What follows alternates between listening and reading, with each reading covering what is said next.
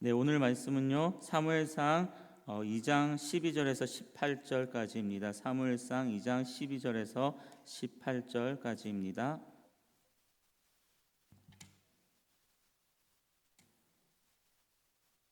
네, 우리 한 절씩 교독하겠습니다. 엘리의 아들들은 행실이 나빠 여호와를 알지 못하더라.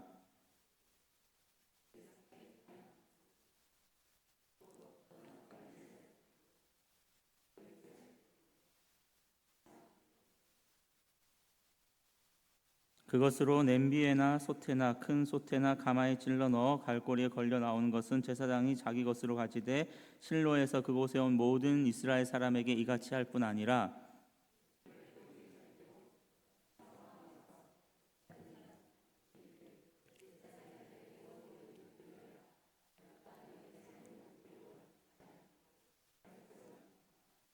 그 사람이 이르기를 반드시 먼저 기름을 태운 후에 내 마음에 원하는 대로 가지라 하면 그가 말하기를 아니라 지금 내게 내라 그렇지 아니하면 내가 억지로 빼앗으리라 하였으니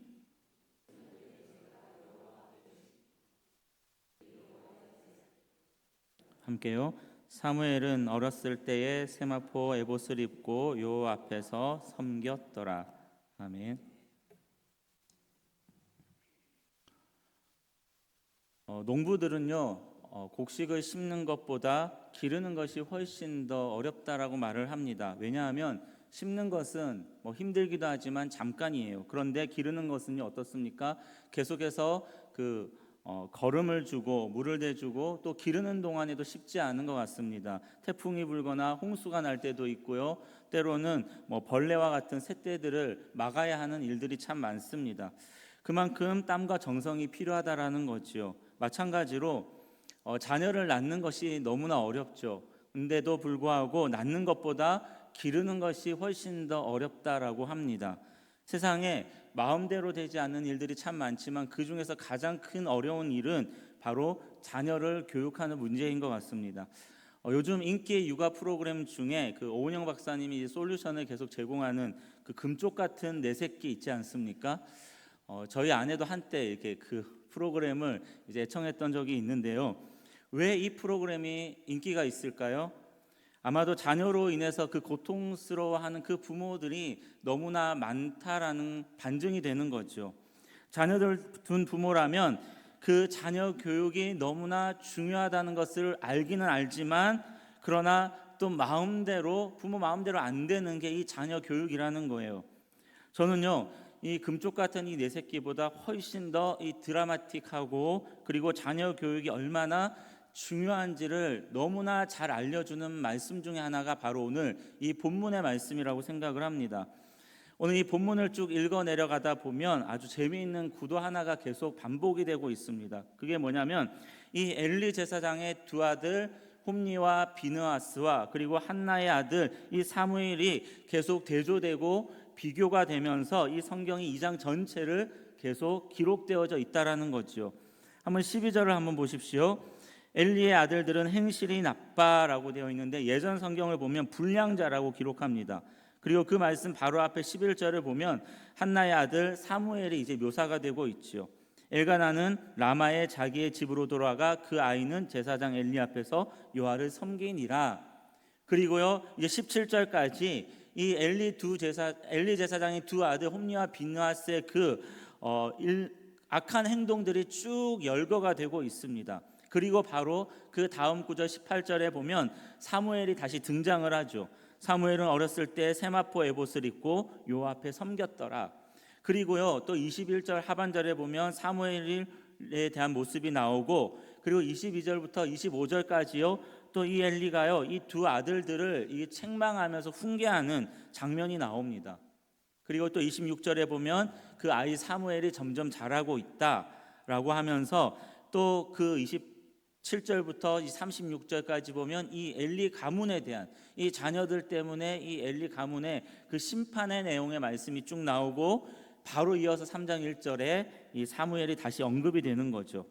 이게 오늘 우리가 다 읽지는 않았지만 2장 전체의 구도입니다. 하나님께서 이 두 가문을 특히 비교하시는 거죠. 대조하시면서 오늘 이 시대에도 이 가정교육이 얼마나 중요한지를 알려주고 계시더라는 거예요. 선명하게 대조하면서 흙을 하나 보여주고 또 백을 보여주는 그러한 구도입니다.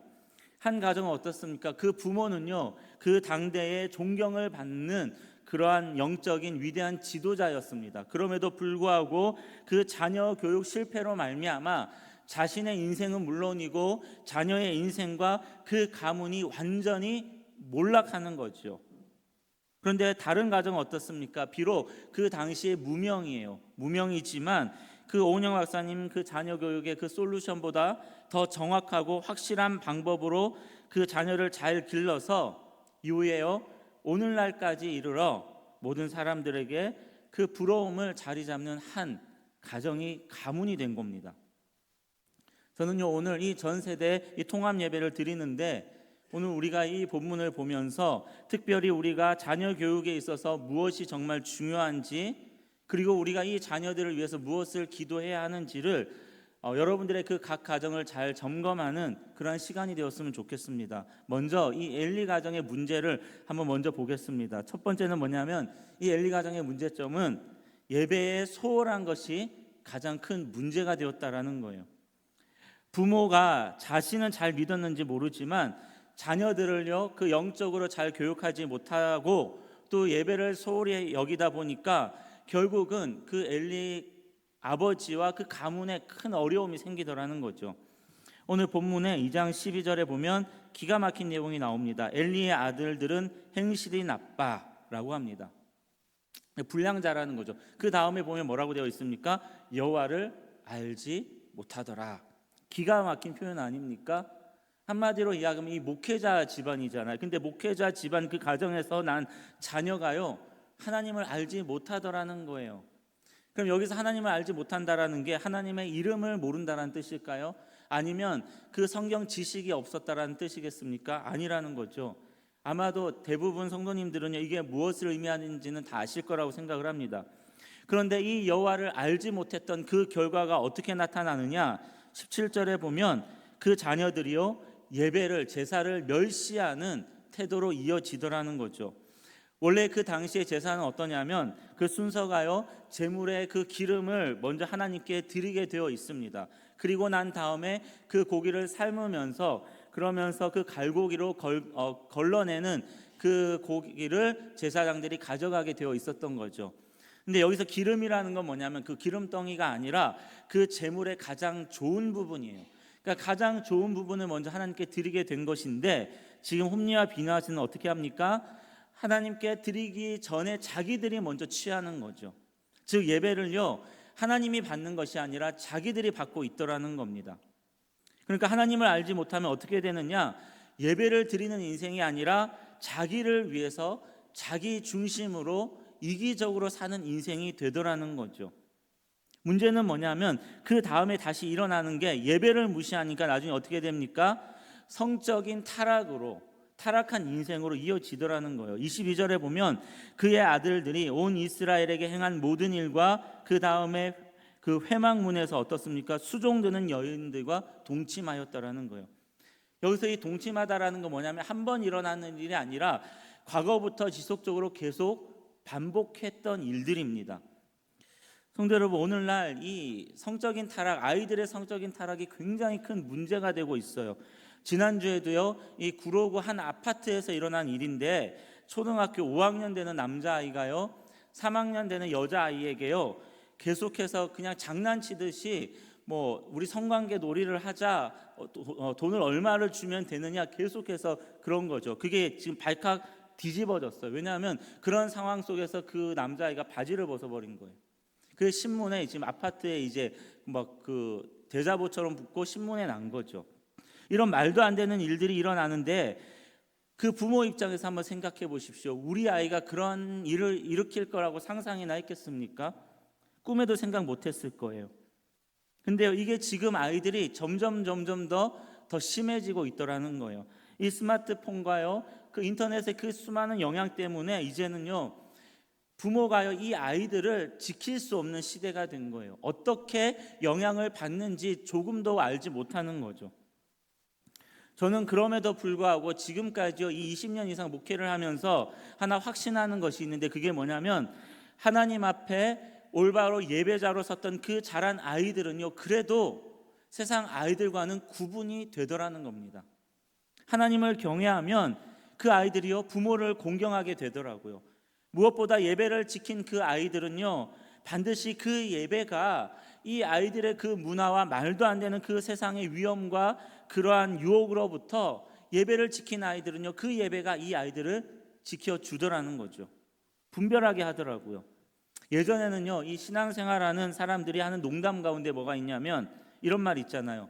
나는 전도는 못하지만 뭐라고요? 애라도 많이 낳아야 된다. 이제 이런 말들이 그냥 유행어처럼 했던 적이 있죠. 요즘은 뭐 워낙 아이를 안 낳는 시대다 보니까 좀 생소한 말이기도 하지만, 그런데요 오늘 이 말씀을 보면 그게 완전히 틀리다라는 말이지 않습니까? 믿는 부모들이요 애를 낳는다고 해서 자동적으로 그 아이들이 하나님의 자녀가 되는 게 아니더라는 거죠. 이 엘리 가정처럼 방치해 놓고 이 예배의 소중함을 가르치지 않으니까 그 자녀로 인해 이 엘리의 가정이 완전히 어떻습니까? 무너진 것처럼 결국은 그 아이가 그 가정의 축복이 되는 게 아니라 가정의 숙제가 되고요 어려움이 될 수 있다라는 겁니다. 두 번째는요 이 엘리 가정의 문제점이 뭐냐면 이 부모의 권위의 상실이라는 거예요. 부모 권위의 상실. 이 두 아들이 얼마나 이 망나니 같은 행실을 했는지 소문이 계속 퍼지다 보니까 결국은 이 아버지의 귀에 들려온 거예요. 그래서 23절에 보면 그들에게 이르되 너희가 어찌하여 이런 일을 하느냐, 내가 너희의 악행을 이 모든 백성에게서 듣노라라고 합니다.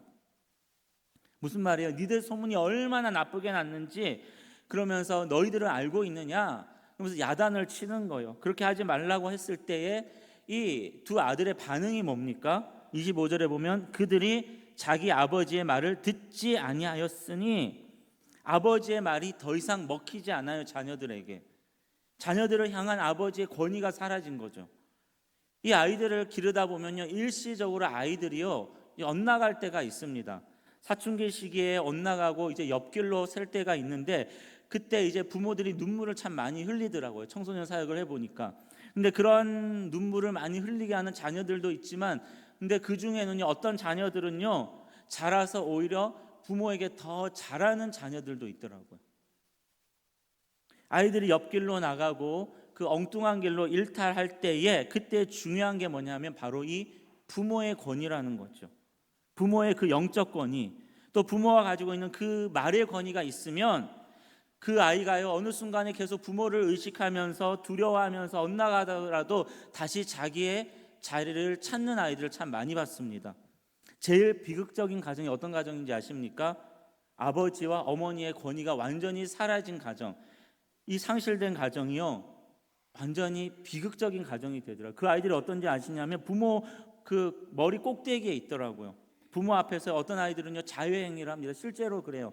머리를 벽에다 막 갖다 대고요. 심지어는 자신의 뜻대로 되지 않았을 때 그 칼을 들고 막 위협을 할 때에 그 모습에 부모가 어쩔 줄 몰라 하는 거죠. 어떤 반응을 보일지 아이들이 이미 다 아는 거예요. 그래가지고 그 부모들이 부들부들 떨면서 아무것도 그 자녀에게 하지 못하는 그 가정은요 가장 불행한 가정이 되더라고요. 저는 오늘 신앙생활은 우리 여러분들의 가정에 이 부모의 권위가, 영적인 권위가 회복되기를 축복합니다. 그러기 위해서는요 어렸을 때 이 아이들이 어렸을 때부터 그 자녀들 앞에서요 그 엄마 아빠 서로 무시하고 때로는 비하하는 그런 말을 하는 이런 일들이요 그 아이에게 가장 큰 독약이 되더라고요. 특별히 저희 교회는 보면 이제 뭐 할머니 할아버지들이 참 많지 않습니까? 그렇잖아요. 근데요 그 절대 그 손자들이나 아니면 손녀들 손들 앞에서 그 자식들 때로는 그 사위나 아니면 그 며느리 마음에 안 든다고 뭐 작은 것 하나 지적하면서 단점 이야기하거나 비하하거나 무시하면요 그게요 결국은 그 손들에게 가장 큰 안 좋은 독약을 먹이는 것과 같더라는 거예요. 그렇기 때문에 늘 그 안에서요 그 할머니들이 너네 엄마가 최고고 너네 아빠가 최고고 그 아이들이 그 엄마 아빠 말을 잘 들을 수 있도록 격려하고 칭찬해 줘야 되는 거죠. 저는 오늘 부모님들이 이 가정의 달에 부부가 서로 이 권위를 회복하기를 원합니다. 그래서 회개해야 되더라고요. 하나님, 내가 우리 자녀들 앞에서 남편의 권위를 실추시킨 일이 있다면 주님, 내가 먼저 회개합니다. 하나님, 내가 그 아이들 앞에서 내 아내를 무시하고 내 아내의 권위를 실추한 일이 있다면 주님, 나를 용서하여 주옵소서. 이 일들을요, 하나님 앞에서 회개하고 또 그 자녀들 앞에서도요, 용서를 구해야 되더라고요. 왜냐하면 왜 이렇게 해야 되느냐? 미운 남편을 위해서 하는 게 아니라 그 남편의 권위를 세워주잖아요. 그러면 그 가장의 권위가 세워지면 결국 그 영향이요, 자녀들에게 선하게 이어지더라는 거죠. 아내를 사랑하고 권위를 세워주면 그 사랑이 그 아이들에게 흘러가는 거예요. 분명 그 일들이요, 그 가정을 받쳐주는 축복이 되더라는 거죠. 세 번째로는요, 이 엘리 제사장의 가정의 문제점이 뭐냐면 이 자녀의 우상화였습니다. 자녀 우상화예요. 2장 29절을 보면 너희는 어찌하여 내가 내 처소에서 명령한 내 제물과 예물을 밟으며, 그 다음에 뭐라고 합니까? 내 아들들을 나보다 더 중히 여겨. 나보다 더 중히 여겨.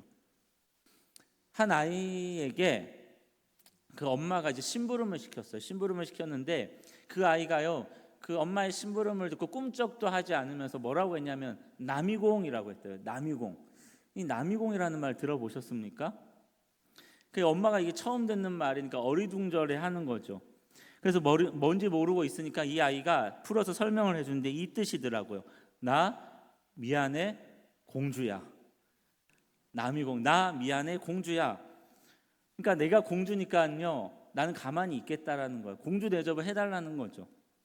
이 요즘의 시대지 않습니까?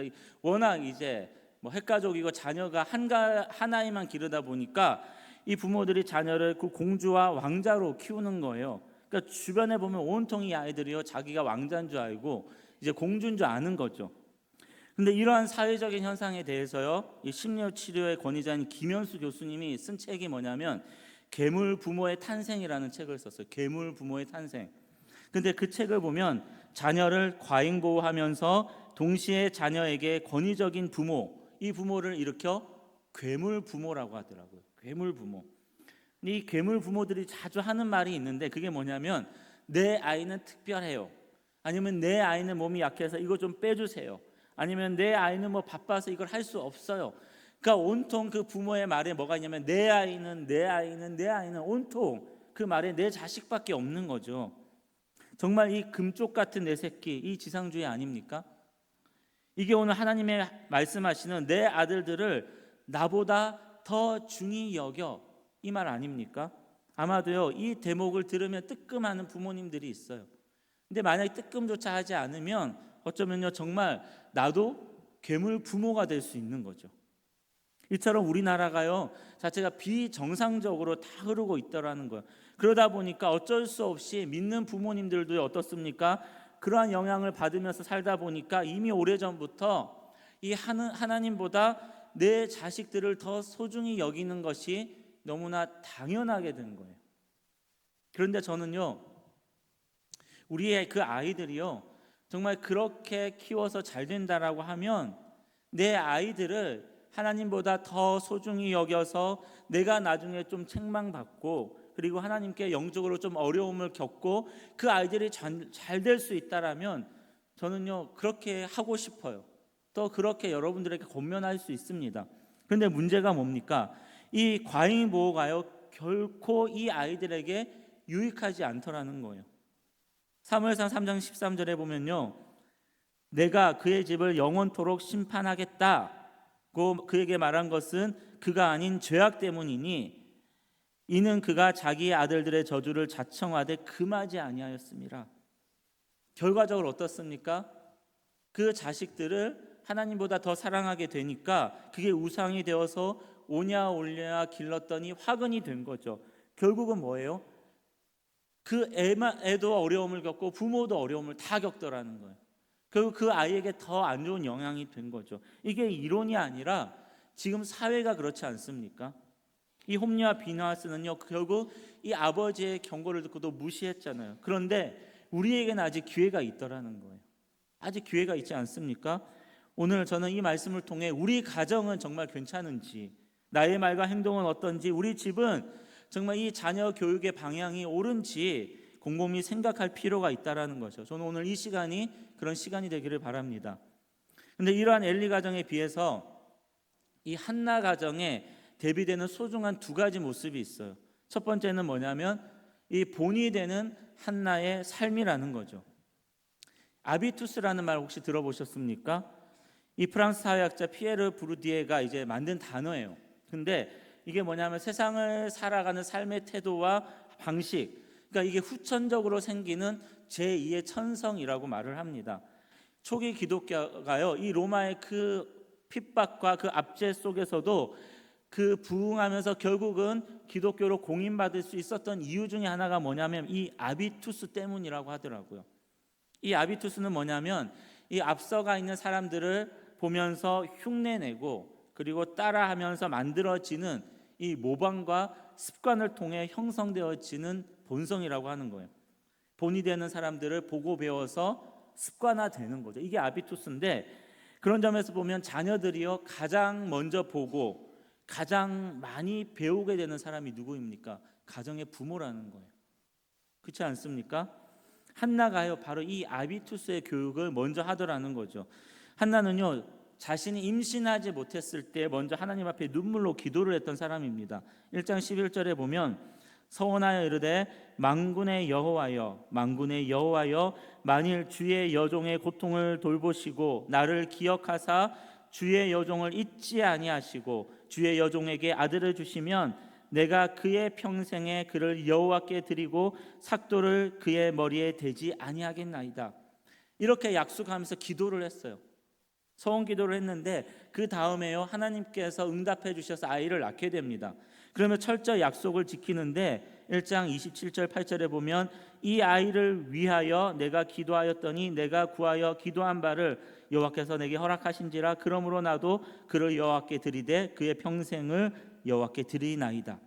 재미있는 게 뭐냐면 한나가 이 기도 응답 받기 전에 하나님께 했던 그 서원 약속을 지켜요. 지키면서 뭐라고 말하냐면 누구를 위하여? 자기를 위한 게 아니라 이 아이를 위해서를. 이 아이를 위해서 뭐라고요? 내가 이 서원을 지키겠습니다. 그리고 기도하고 서원을 지키더라는 거죠. 그러니까 이게 무슨 말이냐면 이 신앙 교육이라는 것이요 부모가 아무리 잔소리하고 입으로 가르친다고 해서 되는 게 아니라는 거예요. 그래서 성경은요 늘 뭔가 아이들을 가르치기 전에 부모가 먼저 마음에 새겨라 라고 말을 합니다. 너 어딨냐? 너 왜 안 들어오냐? 이거 해라 저거 해라. 그렇게 해서 이 자녀 교육이 안 된다라는 거죠. 부모의 신앙이 얼마나 중요한지를 알게 된 제가 한 간증을 들었는데요.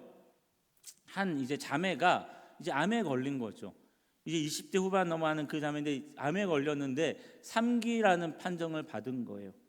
세상이 무너지는 것 같지 않았겠습니까? 살 소망이 다 끊어진 것 같은 거예요. 정말 그 눈물이 펑펑 쏟아질 것 같은데 정말 꾹 참고 엄마에게 이렇게 말했다고 하더라고요. 엄마, 나 죽으면 어떡해? 나 죽으면 어떡해? 너무 무서워. 이렇게 얘기를 한 거예요. 그런데 그 딸의 말을 듣고 그 딸을 보면서 하는 그 엄마의 말이 더 충격적이었습니다. 뭐라고 했냐면 너무나 그 딸의 말을 듣고 담담하게요 이렇게 얘기했대요. 괜찮아. 죽으면 하나님 볼 수 있는데, 죽으면 매일 하나님 보는데 그게 가장 큰 축복이야. 너무나 담담하게 얘기했더래. 그러니까 이 아이가 그 말을 듣고 충격받은 거죠. 이게 뭐지? 그런 생각이 들지 않겠습니까? 그래서 이게 뭐지라고 하는데 근데 어느 순간에 이런 생각이 들더래요. 엄마가 계속 그렇게 얘기를 하고 기도해 주는데 이상하게 마음에 복잡한 것들이 사라지고 두려움이 사라지면서 그냥 마음이 편안해지더라는 겁니다. 그러면서요 항암 치료를 받는데도요 전혀 두렵지 않고 그게 크게 힘들거나 아프지 않더라는 거예요. 그러한 상황을 겪어내면서 1년이 채 지나지 않아서요 일상으로 돌아오고 복직했다라고 합니다. 그러면서 이 자매가 3가지 고백을 했어요. 첫 번째는 뭐냐면 그 전까지는요 그냥 세상에 빠져서 일도 바쁘다 보니까 거의 예배도 종종 빠지기도 하고 말씀은 읽어본 적이 없대요. 그런데 이 일들을 통해서 하나님이 얼마나 나를 사랑하시는지를 깨달으면서 정말 지금은 그 말씀이 꿀송이처럼 너무나 달달하면서 감사 고백을 하더라고요. 두 번째는 뭐냐면 자기를 위해서 정말 그 교회에서 너무나 많은 사람들이 기도해 줬는데 그게 너무나 큰 힘이 되면서 내가 혼자가 아니었구나라는 것을 깨달은 거죠. 그리고 세 번째가 뭐냐면 그때에 만약 엄마 나 죽을 것 같은데 어떻게? 나 죽으면 어떻게 했을 때 그 엄마가 자기를 붙잡고 펑펑 울면서 어떻게 해요? 뭐 너 죽으면 나도 따라 죽을 거야. 어떡하냐? 우리 불쌍한 딸 어떡하냐? 그렇게 안고 울었으면 그렇게 했으면요. 자기도 마음이 무너졌을 것 같아요. 자기도 세상에 다 무너졌을 것 같아요. 그런데 오히려 그 상황에서 너무나 담담하게 신앙으로 이야기해주고 기도해준 그것 때문에 내가 암을 극복할 수 있었고 그런 엄마를 둔 것이 너무나 큰 축복이었다라는 겁니다. 솔직히 그 아이가요, 그 딸이 암에 걸렸다는 소식을 들었을 때에 그 엄마의 마음이 어땠겠습니까? 똑같아요.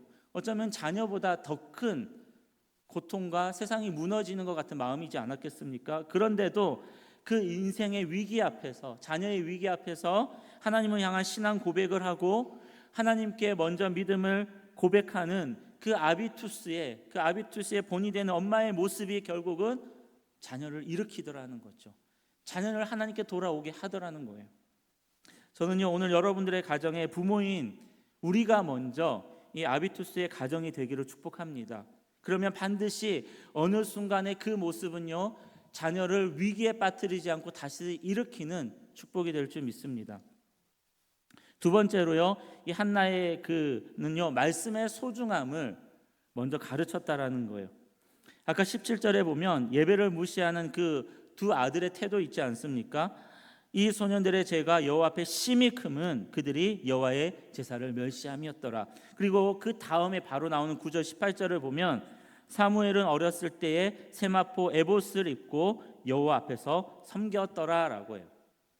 근데 여기서 이 세마포 옷을 입었다라는 건 어떤 의미냐면 이게 제사장이 입는 옷이거든요. 근데 또 다른 의미에서는 뭐가 있냐면 하나님의 말씀을 잘 학습하고 가르치는, 그러니까 말씀에 숙련된 자들이 입는 옷이기도 했습니다. 세마포 옷이. 이게 무슨 말이냐?